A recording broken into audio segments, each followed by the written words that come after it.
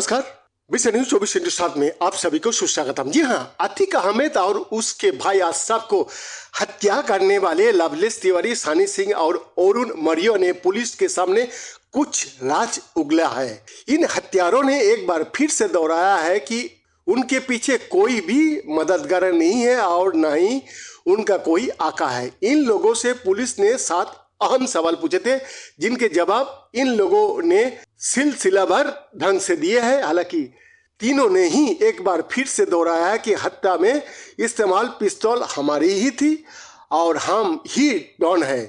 तीनों ने कहा कि हमारा ना तो कोई मददगार है और ना ही आका है, जिसका कहने पर हमने हत्याकांड को अंजाम दिया है।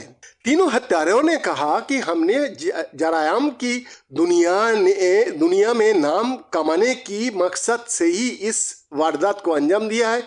इन तीनों से ही पुलिस ने 7 अहम सवाल पूछे। इनमें से एक सवाल था कि आखिर अतीक और अशरफ की हत्या क्यों की। इसके जवाब में तीनों ने कहा कि हम नाम कमाना चाहते थे।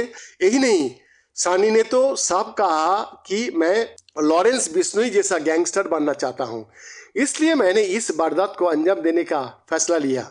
सानी ने कहा कि मैंने उमेश पाल मर्डर केस में असद का वीडियो देखा था कि कैसे वो नाम कमा रहा है।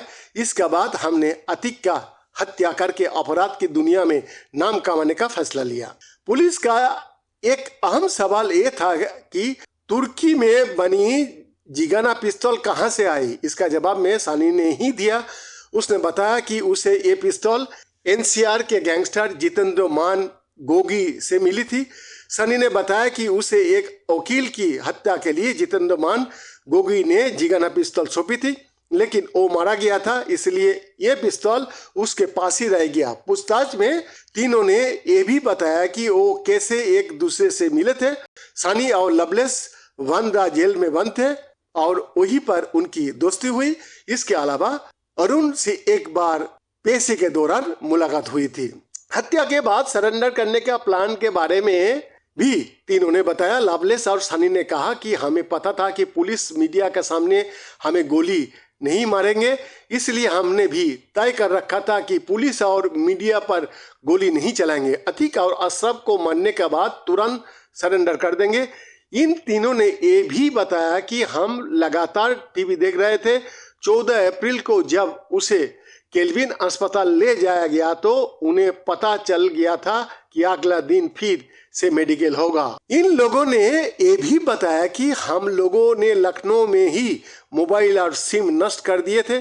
इसके बाद प्रयागराज में नया मोबाइल लिए थे, लेकिन उनके भी सिम हत्याकांड से पहले निकल कर फेंक दिए थे। इन लोगों ने हत्या की किसी से सुपारी मिलने या फिर प्लान को लेकर भी जवाब दिया।